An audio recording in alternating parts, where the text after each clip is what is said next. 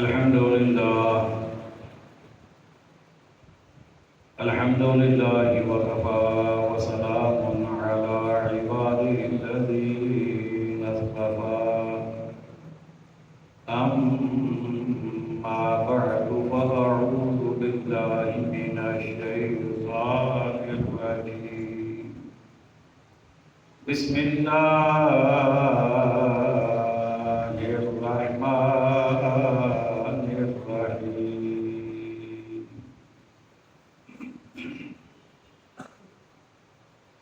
أو كالذي مر على قرية وهي خاوية على عروشها قال أنى يحيي هذه الله بعد موتها صدق الله مولانا العظيم مل کر پڑھیے صلی اللہ علیہ یا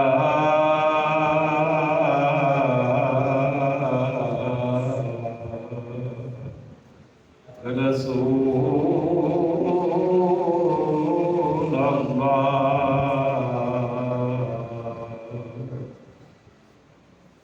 وسلم علیہ یا حبیب اللہ پھر پڑھیے صلی اللہ علیہ یا رسول اللہ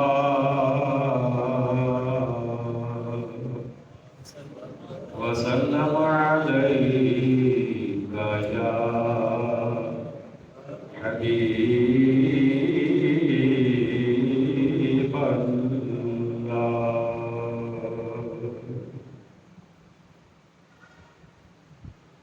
واجب صدر عظیم سامعین محتشم حاضرین مکرم عشاقان مصطفیٰ کریم علیہ السلام جان نثاران صحابہ کرام محبان اہل بیت عظام اور عقیدت مندان اولیاء کرام گزشتہ جمعۃ المبارک پر سورۃ البقرہ آیت نمبر 259 آپ کے سامنے اس کی کچھ تفسیر بیان کی تھی۔ انتہائی خوبصورت واقعہ اس حوالے سے کہ اللہ تعالی مردوں کو کیسے زندہ کرے گا۔ اللہ کے نبی حضرت عزیر علیہ السلام ایک بستی سے گزرے جو تباہ و برباد ہو چکی تھی، ویران ہو چکی تھی۔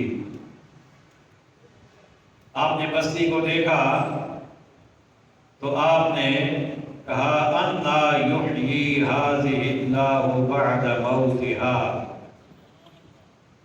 اللہ تعالی موت کے بعد اسے کیوں کر جلائے گا، کیسے اس بستی کے لوگوں کو زندگی سے دوبارہ مالا مال فرمائے گا۔ فَأَمَاتَهُ اللَّهُ مِئَةَ عَامٍ ثُمَّ بَعَثَهُ، اللہ تعالیٰ نے 100 سال کے لیے آپ کو اسی مقام پر موت عطا فرما دی اور پھر زندہ کر دیا، اور پھر سوال کیا کم لبثت، اے عزیر یہاں کتنا عرصہ رہے ہو؟ تو جب آپ پر موت وارد ہوئی تھی وہ صبح کا وقت تھا، سورج نکلنے کا وقت تھا۔ 100 سال کے بعد جب آپ میں دوبارہ روح ڈالی گئی تو وہ شام کا وقت تھا۔ تو آپ نے اندازہ لگا کے تو آپ نے فرمایا کہ یومن او بعد یوم، ایک دن یا دن کا کچھ حصہ میں یہاں پر رہا ہوں۔ اللہ نے فرمایا کہ بل لبث مئۃ عام، بلکہ اے عزیر تم یہاں 100 سال رہے ہو۔ فانظر الی طعامک وشرابک لم یتسنہ،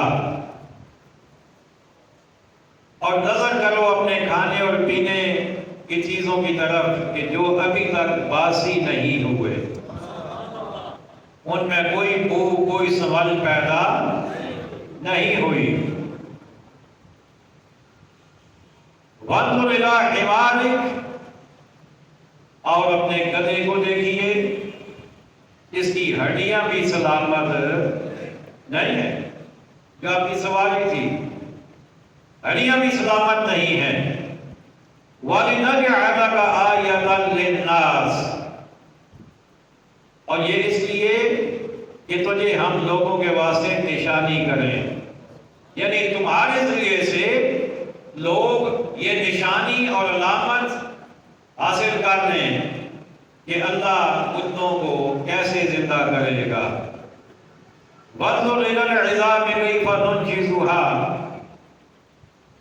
اور ان ہڈیوں کو دیکھ کیوں کر ہم انہیں اٹھان دیتے، یعنی ہم کیسے ان کو جوڑتے ہیں، کیسے ان کا ڈھانچہ بنتا ہے۔ ثُمَّ نَكْسُوهَا لَحْمًا، پھر انہیں گوشت پہناتے ہیں۔ پہلے ہڈیوں کا ڈھانچہ بنے گا، اس کے بعد اس پر گوشت چڑھے گا، اور وہ سارا کچھ عزیر علیہ السلام کی آنکھوں کے سامنے ہوا۔ فَلَمَّا تَبَيَّنَ لَهُ، جب یہ معاملہ اس پر ظاہر ہو گیا، یعنی حضرت عزیر علیہ السلام پر اپنی آنکھوں سے دیکھا کہ ہڈیاں مختلف جگہوں سے اٹھی اور وہ آپس میں مل گئی، پورا ایک گدھے کا ڈھانچہ بنا، اس کا جسم بنا، اور پھر اس کے اوپر گوشت چڑھنا شروع ہوا، اور پھر گوشت کے اوپر کھال آئی، پھر کھال کے اوپر بال آئے، اور پھر اس میں رب نے روح ڈال دی، وہ بولنے لگ گیا جیسے اس سے پہلے بولتا تھا۔ جب یہ سارا کچھ آپ کی آنکھوں کے سامنے ہوا، قال اعلم، تو حضرت عزیر علیہ السلام بولے اعلم، میں خوب جانتا ہوں، میں خوب جانتا ہوں، ان اللہ علی کل شیء قدیر، کہ اللہ سب کچھ کر سکتا ہے۔ یہ تو وہ باتیں ہیں جو آپ گزشتہ جمعۃ المبارک پر سماعت فرما چکے ہیں۔ آج جو بات میں آپ کو بتانا چاہتا ہوں وہ ایک بڑی دلچسپ بات ہے، اسی واقعے سے متعلق بڑی دلچسپ بات۔ اب جب عزیر علیہ السلام روح اللہ نے ڈال دی، مکالمہ ہو گیا، بات چیت اللہ کے ساتھ ہو گئی، اب آپ وہاں سے اٹھے تو سواری بھی دوبارہ اللہ نے لے لی، اور کھانا پینا بھی موجود تھا، سواری پہ سوار ہوئے، لیکن جدھر بھی جاتے ہیں ماحول نیا نیا ہے، نہ وہ مکان، نہ وہ آبادیاں، نہ وہ سڑکیں، نہ وہ راستے، کوئی چیز جانی پہچانی ہے ہی نہیں۔ اندازے سے چلتے چلتے چلتے نئے شہر، نئی آبادیاں، اپنے گھر تک پہنچے، اندازے سے کہ یہی میرا گھر ہوگا۔ جا کے دستک دی، اندر سے ایک بوڑھی اماں جس کی پیدائی بھی جا چکی، اور جو فارغ شدہ، جس کا جسم بھی کام نہیں کرتا، اس نے پوچھا کون؟ آپ نے فرمایا میں عزیر ہوں۔ جب اس نے سنا تو اس نے کہا کہ عزیر، وہ تو 100 سال ہو گئے، پتہ ہی نہیں ان کا، آپ کیسے کہتے ہیں میں عزیر ہوں؟ ان کا تو پتہ ہی نہیں ہے۔ فرمایا میں ہی عزیر ہوں۔ اس نے کہا اچھا اگر آپ عزیر ہیں تو عزیر علیہ السلام تو مستجاب الدعوات تھے، جن کی دعائیں اللہ قبول فرماتا تھا، تو میں چونکہ پیدائی میری نہیں ہے، میری آنکھیں جا چکی ہیں، آپ کہہ رہے ہیں میں عزیر ہوں، میں آپ کو دیکھ ہی نہیں پا رہی، میں دیکھوں گی تو میں پہچانوں گی نا آپ کو۔ تو آپ پھر دعا کریں اللہ مجھے بینائی عطا فرما دے، آنکھیں آئیں گی تو میں دیکھوں گی، پھر میں کہوں گی کہ ہاں آپ ہیں یا نہیں ہیں۔ اب اللہ کے نبی نے دعا فرمائی، اللہ نے آنکھیں عطا فرما دی، آنکھوں میں بینائی آ گئی۔ جب انہوں نے آپ کو دیکھا تو کہنے لگی ہاں آپ تو وہی، اب تو واقعی وہی ہے۔ اب اس نے کہا کہ اب ایک مہربانی اور کر دیجیے کہ میں تو بالی زدہ ہوں، میرا جسم کام ہی نہیں کرتا، میں اٹھ نہیں سکتی، میں چل نہیں سکتی، تو ایک مہربانی اور کریں، ایک دعا اور کریں، مجھے سیج بھی اللہ عطا فرما۔ اب اللہ کے نبی کا دربار ہے، کمی کس بات کی ہے؟ دینے والا خدا ہے، دلانے والے نبی ہیں۔ اللہ اکبر۔ اللہ کے نبی نے دعا کی، وہ اماں صحیح سلامت ہو گئی، بینائی بھی آ گئی، صحیح سلامت ہو گئی۔ اب وہ آپ کو لے کر نا ایک اور جگہ پہ جاتی ہے جہاں سارا ان کا خاندان بیٹھا ہوا ہے، حضرت عزیر علیہ السلام کا خاندان۔ اب خاندان بھی کیا، دلچسپ بات یہ ہے کہ آپ کی عمر ہے 40 سال، کتنی؟ 40 سال، اور آپ کے بیٹے کی عمر ہے 118 سال۔ اس لیے کہ جب آپ گھر سے گئے تھے تو بیٹا 18 سال کا تھا، آپ پر اللہ نے موت طاری کر دی، 100 سال گزر گئے تو 18 والا 118 کا ہو گیا، لیکن آپ پر ٹائم رک گیا، باہر کی دنیا پہ 100 سال گزر گئے، اللہ کے نبی کی عمر رکی ہوئی ہے، وہیں پہ رکی ہوئی ہے آپ کی عمر۔ 100 سال کے بعد جب اٹھے تو بال آپ کے کالے ہیں، جوان ہیں، 40 سال کی عمر ہے، اور جب محفل میں گئے تو بڑھیا نے جا کے کہا عزیر آ گئے، عزیر علیہ السلام آ گئے۔ اب وہ سارے یہ پتہ نہیں اماں کو کیا ہو گیا ہے، یہ کیسی باتیں کر رہی ہے، عزیر علیہ السلام وہ تو 100 سال پہلے پتہ نہیں کدھر چلے گئے تھے، پتہ ہی نہیں چلا۔ اس نے کہا یہ عزیر علیہ السلام ہے۔ اب جب آپ کے بیٹے نے دیکھا، باقی آپ کے پوتے، وہ بھی آپ کی عمر کے لحاظ سے کافی عمر ان کی زیادہ ہو چکی تھی، یعنی تقریباً 90 سال سے اوپر آپ کے پوتے کی عمر ہے، بیٹے کی عمر 118 سال ہے، عزیر علیہ السلام 40 سال کے۔ جب محفل میں پہنچے تو ہلچل مچ گئی، عزیر علیہ السلام آ گئے، عزیر علیہ السلام آ گئے۔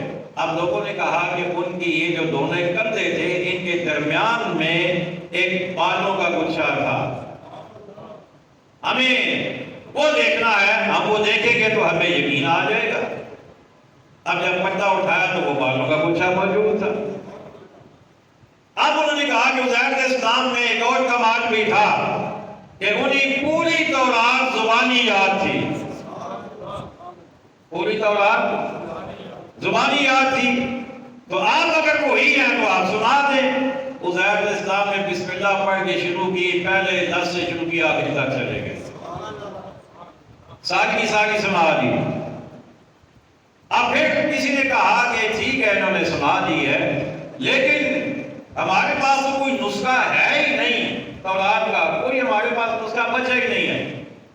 وہ جو بخت نصر تھا اس ظالم نے سارے نسخے ختم کروا لیے تھے، اور یہ بخت نصر پتہ ہے کون تھا؟ یہ نصر جو بت تھا نا اس کے پاس پڑا ہوا ملا تھا، بالکل چھوٹی عمر، ماں نے جنا جیسے بھی جنا، اور اس کے بعد اسے چھوڑ کے بت کے سامنے ڈال کے خود چلی گئی۔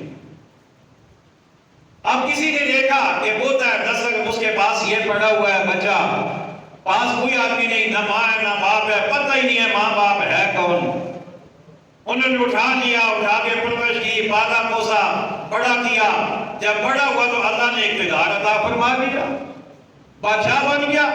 پھر وہ بھول گئے اس بات کو کہ اللہ نے مجھ پر کتنا کرم کیا تھا کہ نہ پالنے والی ماں تھی، نہ پرورش کرنے والا باپ تھا، رب نے کرم سے مجھے زندہ بھی مجھے پالا پوسا بھی، نعمتیں بھی دیتا رہا، بادشاہ بنا تو خدا ہی کو بھول بیٹھا،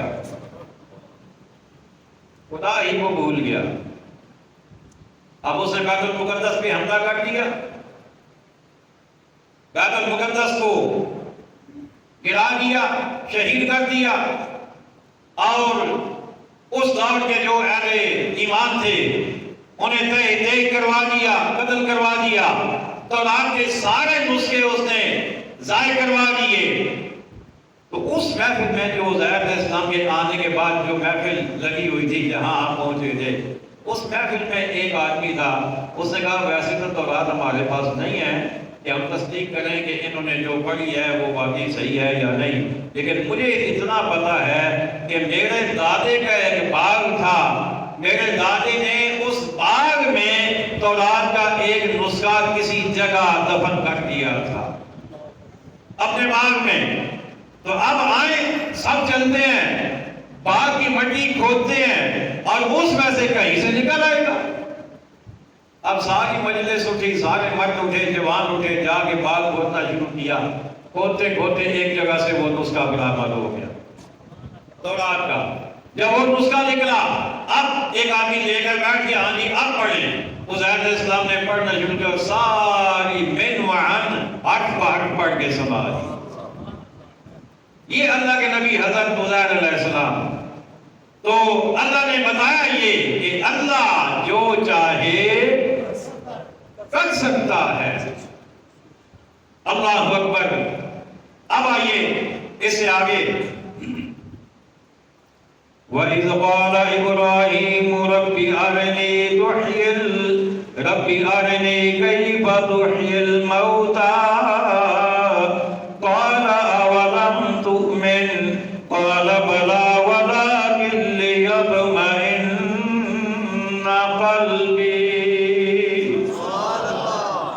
قَالَ فَخُذْ أَرْبَعَةً مِنَ الطَّيْرِ فَصُرْهُنَّ إِلَيْكَ ثُمَّ اجْعَلْ عَلَى كُلِّ جَبَلٍ مِّنْهُنَّ جُزْءًا ثُمَّ ادْعُوهُنَّ يَأْتِينَكَ سَعْيًا۔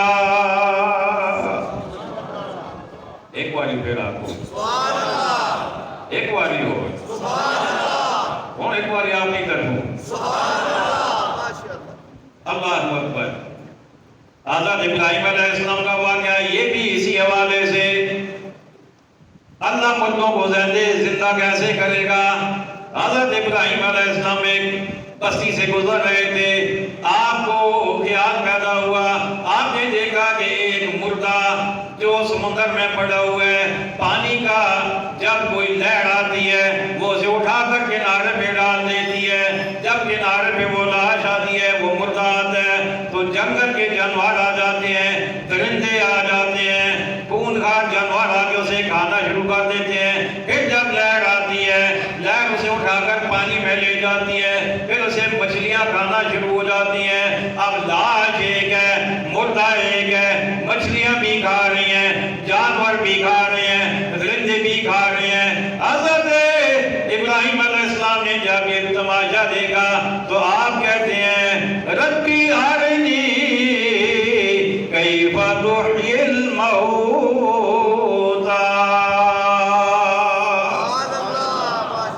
اے اللہ مجھے دکھا تو مردے کیسے زندہ کرے گا۔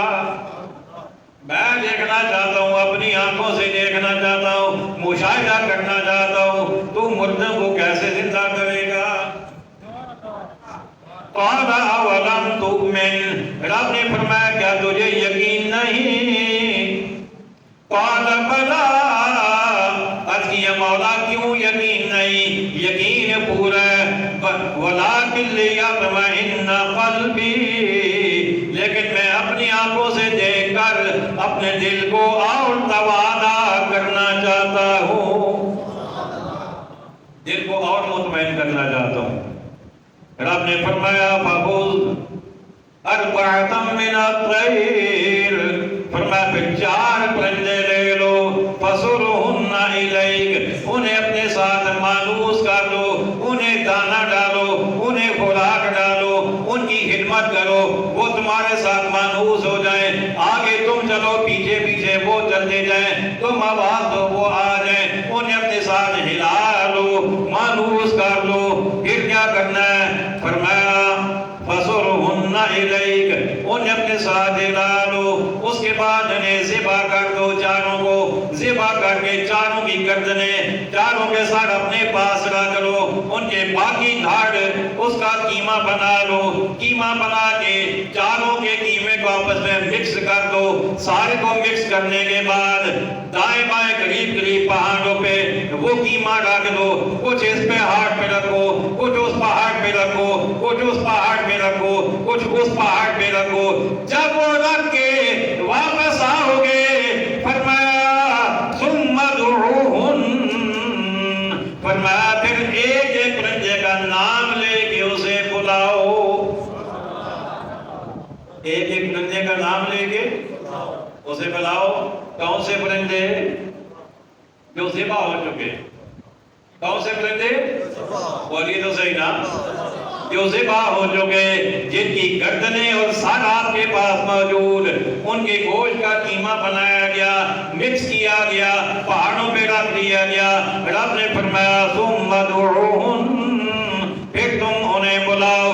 پتہ یہ چلا اللہ کے نبی کو رب نے حکم دیا کہ اے میرے پیارے نبی، بے شک یہ مردہ ہو چکے، ان کے پاس سننے والے کان بھی نہیں ہیں، ان کے پاس دیکھنے والی آنکھیں بھی نہیں ہیں، کیونکہ کان کہاں ہوتے ہیں؟ سر میں۔ آنکھیں کہاں ہوتی ہیں؟ سر میں۔ اور سر کہاں تھے؟ اللہ کے نبی کے پاس۔ اور جسے بلا رہے ہیں وہ قیمہ ہے، وہ مکس ہو چکا ہے، وہ مختلف پہاڑوں پہ پڑا ہوا ہے، لیکن آپ نے فرمایا نبی دنیا کی نظر میں یہ مردہ ہو چکے، دنیا کی نظر میں یہ بے حس ہو چکے، لیکن میں کہہ رہا ہوں تم بلاؤ۔ بلانا تمہارا کام ہے، آواز پہنچانا میرا کام ہے، اور آنا ان کا کام ہے۔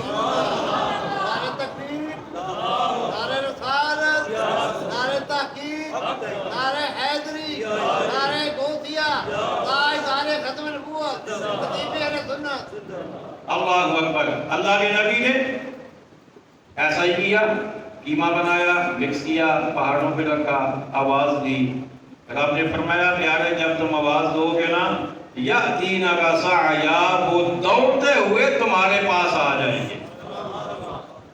اب اللہ کے نبی حضرت ابراہیم علیہ السلام نے کیا کیا؟ قیمہ بنا کے مجھے پہاڑوں پہ رکھ دیا۔ پہاڑوں پہ رکھنے کے بعد سر اپنے پاس رکھے ہوئے، چار پرندے تھے، کوا تھا، کبوتر تھا، دو ہو گئے، مرغ تھا، مور تھا، چار پرندے، چاروں کو آپ نے ذبح کر دیا۔ اس کے بعد قیمہ بنا دیا۔ اب ایک ایک کو آواز دی، جب آپ نے مرغ کا نام لیا تو مرغ کا قیمہ پہاڑوں سے جہاں جہاں رکھا ہوا تھا وہاں سے الگ ہوا۔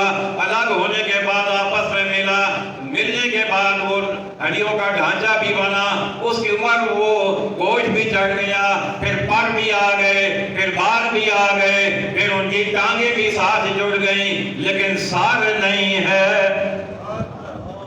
تو جو ہے باقی پرندہ ہے لیکن سر نہیں ہے، لیکن پرندہ دوڑ رہا ہے، بغیر سر کے پرندہ دوڑ رہا ہے۔ کوا بھی آ گیا، کبوتر بھی آ گیا، مور بھی آ گیا، مور بھی آ گیا۔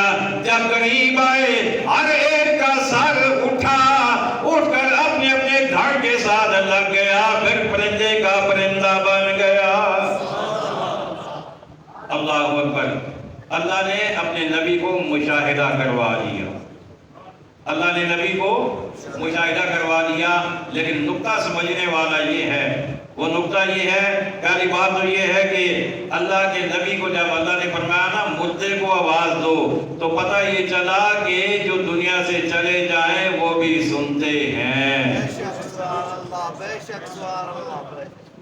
مردوں کو پکارنا نبی کی سنت ہے، اور سنوانا اللہ کا اختیار ہے، وہ سنوا دیتا ہے۔ ہم یا علی کہیں، ہم یا غوث اعظم کہیں، ہم پہ فتویٰ لگتا ہے، تم مردوں کو کیوں بلاتے ہو؟ میں نے کہا یہ مردے نہیں، ان کے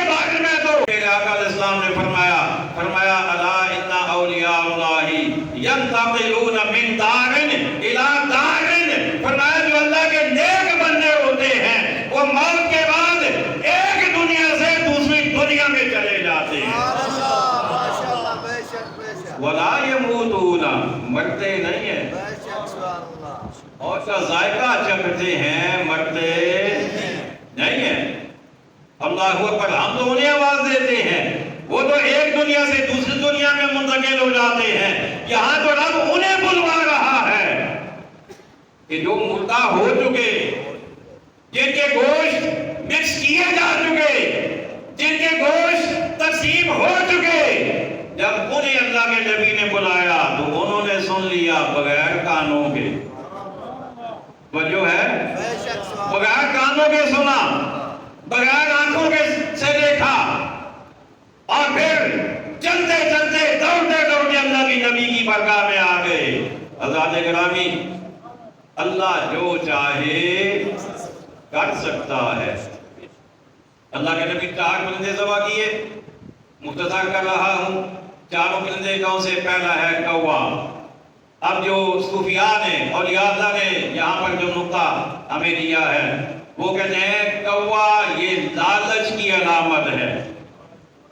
کوا کس چیز کی علامت ہے؟ لالچ کی علامت ہے۔ تو وہ یہ کہتے ہیں کہ اے قرآن پڑھنے والوں، اے مومنوں، اے ایمان والوں، تم اپنے دل کے اندر کا لالچ کے کوے کو ذبح کر دو تاکہ تمہارے اندر سے لالچ نکل جائے۔ کوا۔ دوسرا تھا کبوتر۔ کبوتر کو اپنی اڑان پہ بڑا غرور ہوتا ہے کہ میں بڑا اونچا اڑ کے چلا جاتا ہوں، میری اڑان بڑی اعلیٰ ہے۔ صوفیاء فرماتے ہیں، اولیاء فرماتے ہیں، اپنی اڑان کے پرندے کو بھی ذبح کر دو، اپنی اڑان کے پرندے کو بھی ذبح کر دو، عاجزی اختیار کرو اگر تم اللہ کا قرب حاصل کرنا چاہتے ہو۔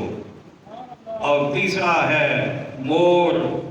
مور کو اپنی خوبصورتی پہ بڑا ناز ہے۔ مور کو مجھے بولیے نا، اپنی خوبصورتی پہ بڑا ناز ہے۔ اولیاء اللہ فرماتے ہیں اپنی خوبصورتی کے پرندے کو بھی ذبح کر دو۔ یہ مت کہو کہ میں بڑا حسین ہوں، فلاں تو ایسا نہیں ہے، میرا رنگ گھوڑا چٹا فلاں کالا ہے، میرا قد اتنا ہے فلاں کا اتنا ہے۔ فرمایا مت جاؤ ان چیزوں میں، اپنے دل کے، اللہ اکبر، اپنے دل کے مور کو ذبح کر دو، اپنی خوبصورتی والے اس تکبر کو ذبح کر دو تاکہ تم باقی لوگوں کو بھی انسان سمجھو۔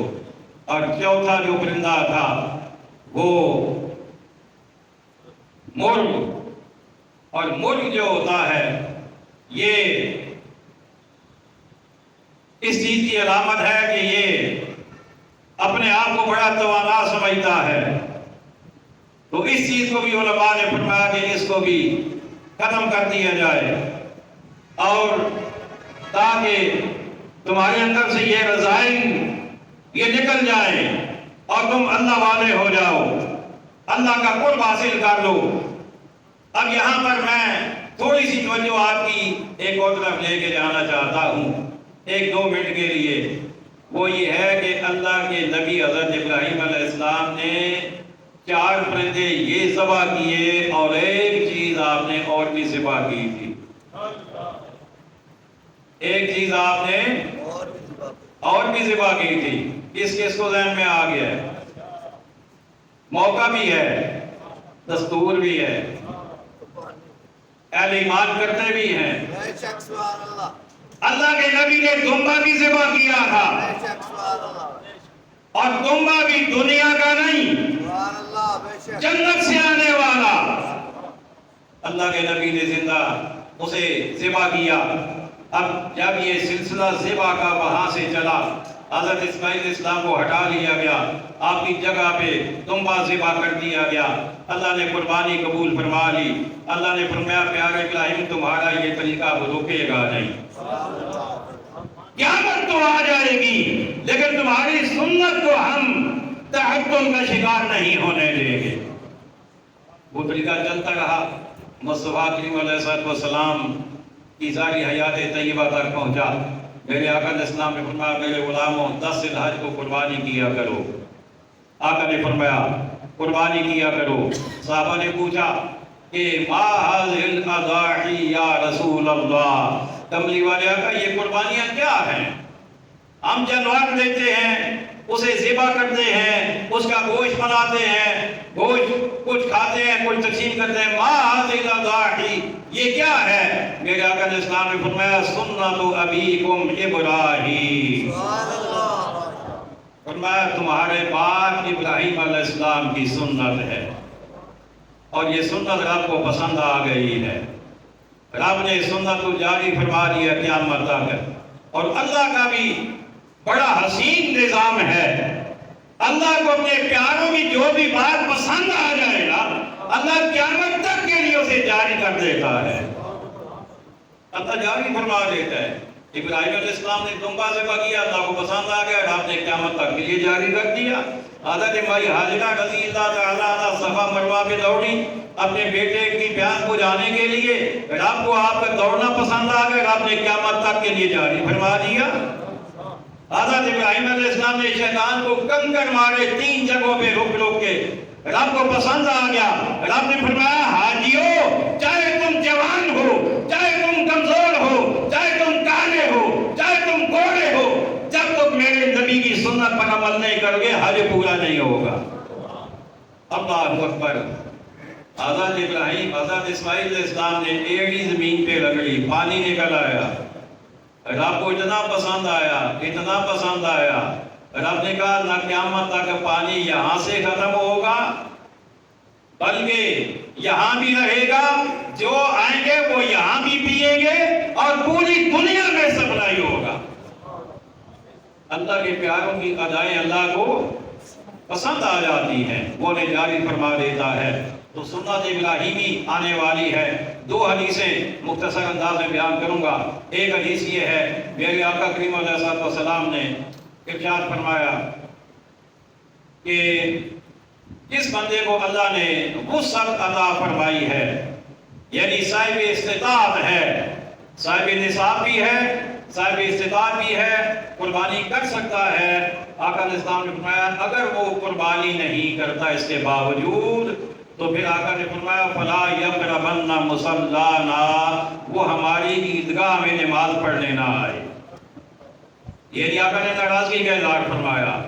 تو پہلا پیغام یہ ہے آپ کے لیے کہ جنہیں اللہ نے توفیق دی ہے وہ قربانی ضرور کریں۔ اور بعض دفعہ ایک گھر میں کئی بندے صاحب استطاعت ہوتے ہیں۔ ایک غلط فہمی یہ بھی ہے کہ دادا جی نے کر دیا ہم اکٹھے ہی رہتے ہیں تو بس ٹھیک ہے ہو گئی،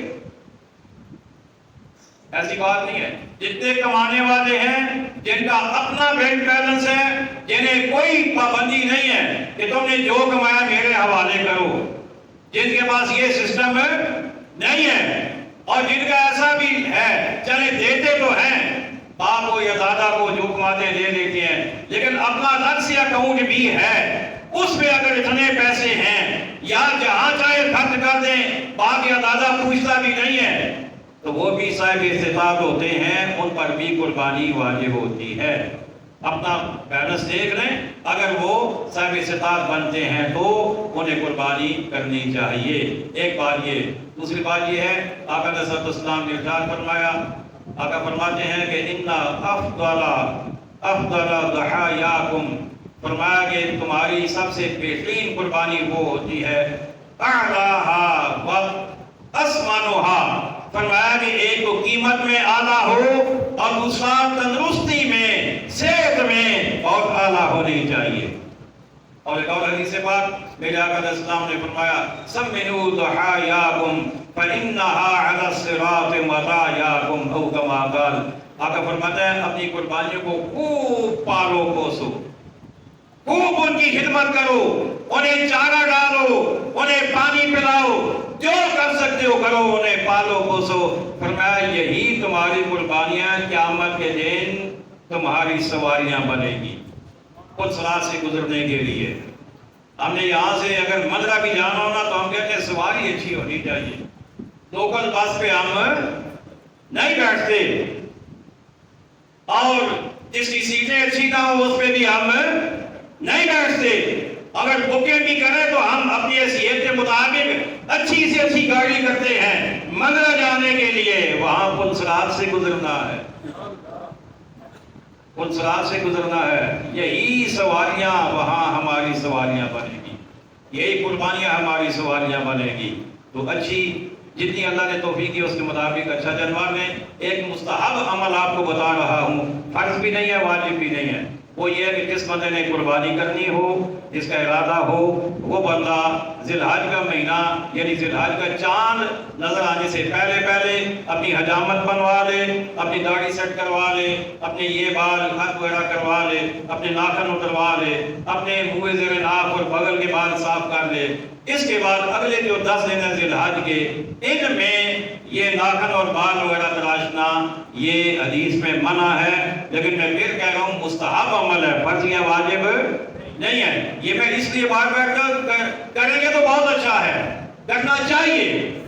مستحب کا یہ مطلب نہیں ہوتا کہ اس کی اہمیت کم ہے، کرنا چاہیے، لیکن میں اس لیے کہہ رہا ہوں اگر ان پہلے کسی کو خیال نہیں رہا، ان 10 دنوں کے درمیان یعنی ذی الحج کا چاند نظر آنے سے عید کی قربانی تک، ان 10 دنوں کے درمیان میں اگر کسی کے منہ زیر ناف اور بغل کے بال پڑے ہوئے تھے، اسے خیال نہیں رہا، 40 دن کا وقت پورا ہونے والا ہے، یعنی 2 ذی الحج کو، 3 کو، 4 کو، تو اب اس کے لیے ضروری ہے کہ وہ یہ بال ضرور اتارے، کیونکہ یہ سنت ہے، تو سنت کو ترک نہیں کیا جائے گا مستحب کے لیے، تو پہلے سے اس کا اہتمام کر لینا چاہیے۔